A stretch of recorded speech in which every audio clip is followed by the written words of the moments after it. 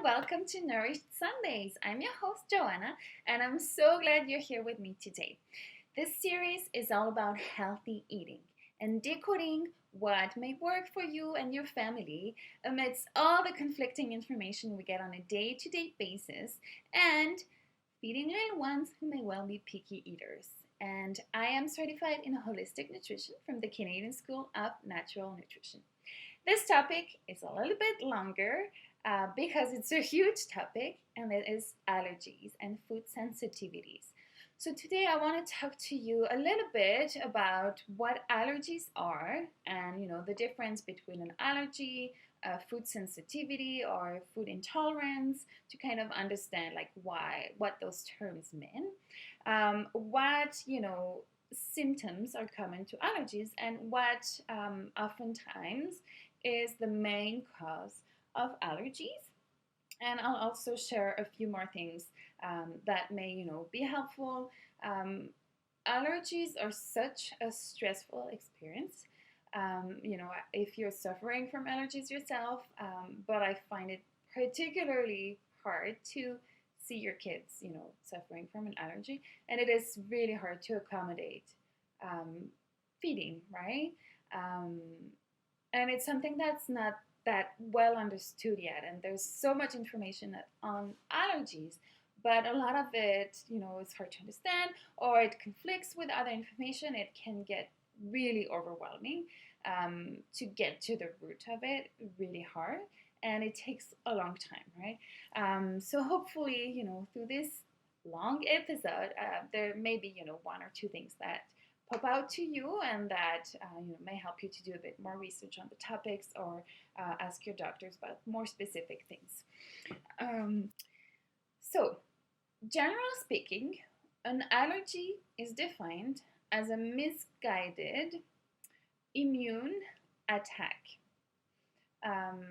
So our immune system feels that it's under attack because it's been triggered by a particles, and if we're talking about food allergies, so a food particle that your immune system has misguidedly taken as an attack. So like a virus or bacteria, usually that's what the immune system attacks. Now, allergies can have a very wide range of symptoms, which is why oftentimes the hardest is to actually recognize and pinpoint the allergy. It can go from a runny nose to eczema, to mood disorders, to asthma, and there's so many ways your body may be experiencing an allergy. But I want to underline the definitions first, so because that may lead a confusion. So a true food allergy that's diagnosable by a doctor is when they find an identifiable antibody in your body. So antibodies are what your immune system gets, spreads to combat the attack. So in that case, you can imagine the little soldier is going to kick off the food particle because it thinks that it's attacking your body. And that is a specific antibody. That is, those antibodies are called IgE. And that's what most allergy tests look for. So sometimes, if oftentimes people have weird symptoms and they go get tested for allergy, but comes back as normal because that's what they're looking for, the IgE. But it's not the only way your body may be reacting. So that's why oftentimes an intolerance is a reaction that may involve other antibodies like IgG or IgF, but I don't want to get into too much detail, and those are not necessarily detected by common allergy tests. And the term sensitivity, so food sensitivity, is more of an umbrella term. So those terms, you often hear them interchangeably, but medically they have different meanings.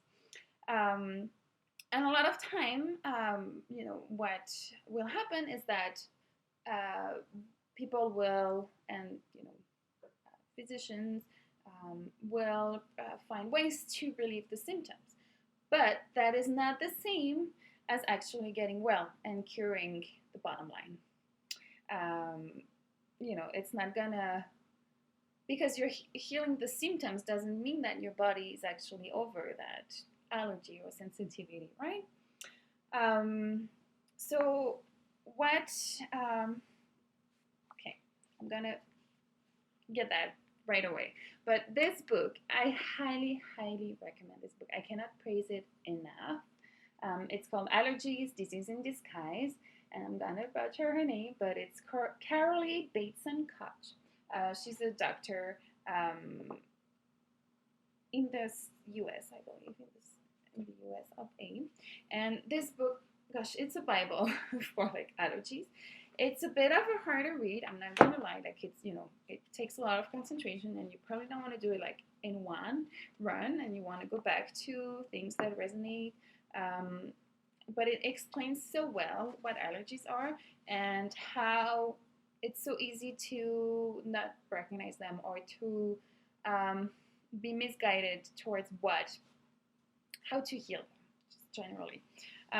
But one main thing is that allergies are usually both preceded and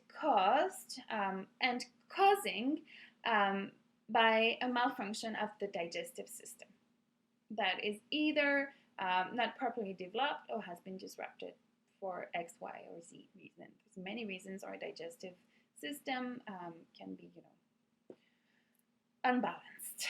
And one way that may actually be a better indicator to know if you're suffering from a sensitivity, allergy, or intolerance is to ask your doctor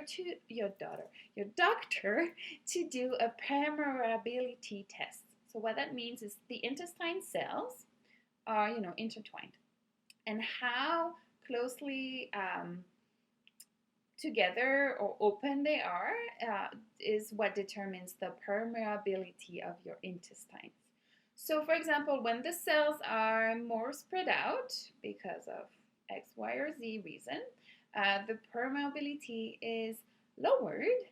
No, the permeability is higher, and this is what is called leaky gut syndrome when it's very high, right?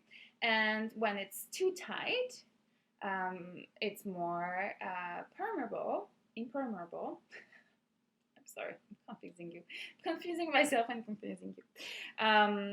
And that doesn't let enough nutrients grow. So the leaky gut is gonna let big food particles go through that shouldn't go through usually. And when it's too tight, it's not gonna let enough nutrients in our body. So both are actually not good. And a urine test may determine what your intestine permeability is at, because it's like they give you a solution to drink that has particles of different sizes, and then they can easily test in the urine like what's coming out, and then that determines how permeable your intestine lining is. So it's a very simple test that may help understanding what's happening.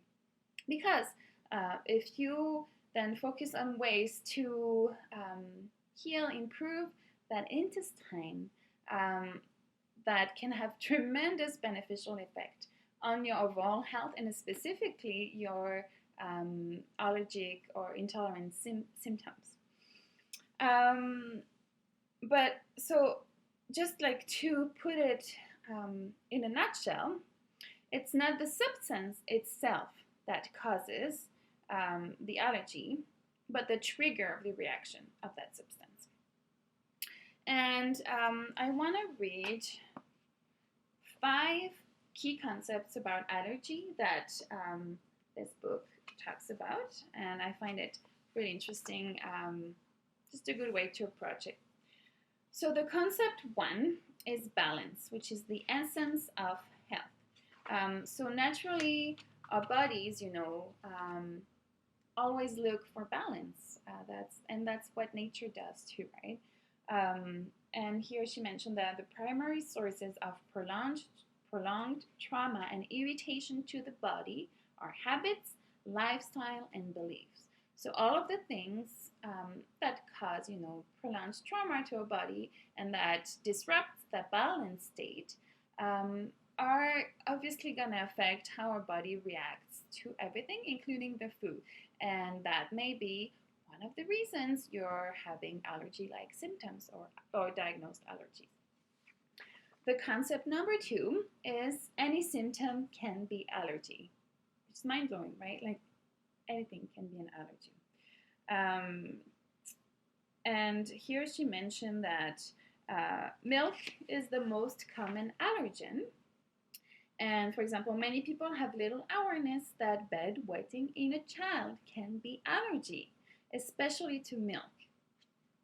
Right? Like it's amazing. And like, yeah, I really recommend this book to understand a bit more how that works. But concept 3, symptoms appear when allergic load is reached. So basically, if your body again is in a balanced state, you will be less likely to have allergic symptoms. So that's why, like sometimes people, again, they don't really think they have an allergy because maybe at one point in life, like they have no problem with that substance. And at different point in life, they do, but it's because of everything else that's happening around them, right? And the toxic overload they have in their body. And here she says it is estimated that 8 to 15 pounds of these toxic materials are taken into each person's body each year. So she talks about like the different toxins, the chemicals, the artificial coloring, preservatives, everything that's in our food and also in our environment, and how our bodies absorb it and cannot necessarily get it out of our system, and that has obviously a negative effect on us. The concept number 4 is allergy. Is that a 4? No, that's allergy has no single cause. Allergy is the cumulative effect of many insults to the body which, over time, have overwhelmed the body's protective mechanisms. And this may sound a bit confusing if, a child has an allergy, because you would think, okay, my child has not been around very long to be having an allergy, and that happens, babies have allergies or sensitivities like very early on. But really, like your pregnancy has affected that too, and, nursing and the environment, like it doesn't have to take very long to reach a toxic overload, and there's many factors that can influence that. Not to make you feel bad, but it's important to take conscious of that, because that kind of leads us to our last point. The last concept here that she outlines in that part of the book is number 5: self-empowerment through personal responsibility. True healing is movement toward health, balance, and wholeness. Healing also involves the acceptance of responsibility for one's health. Healing takes place on many levels and in many different ways, but the one constant is that healing always involves a change. And medical studies show that when a person has control or plays a part in his or her own recovery, that there is a better outcome. And health is a choice. So a good way to end this episode today. And I know it can sound very overwhelming, like health is a choice. Like, oh my goodness, like how do I do this, right? Especially with all things happening around us, all the information we get. But this is why, trying to do the little things that may make, the little things daily that may make a very big difference and impact in the long run. And this is why I'm sharing those things in this series. I'm hoping that, even if you don't do everything, because it's hard to do everything, maybe eventually in like 5 years, you'll have been able to digest all that information, pun intended, and to have made those choices, those different steps, to have taken those steps in your life that resonate mostly with you, your own individual body and your family. But even just one thing at a time hopefully helps to reach a healthier, more balanced body, but also, mind, spirit, and just life.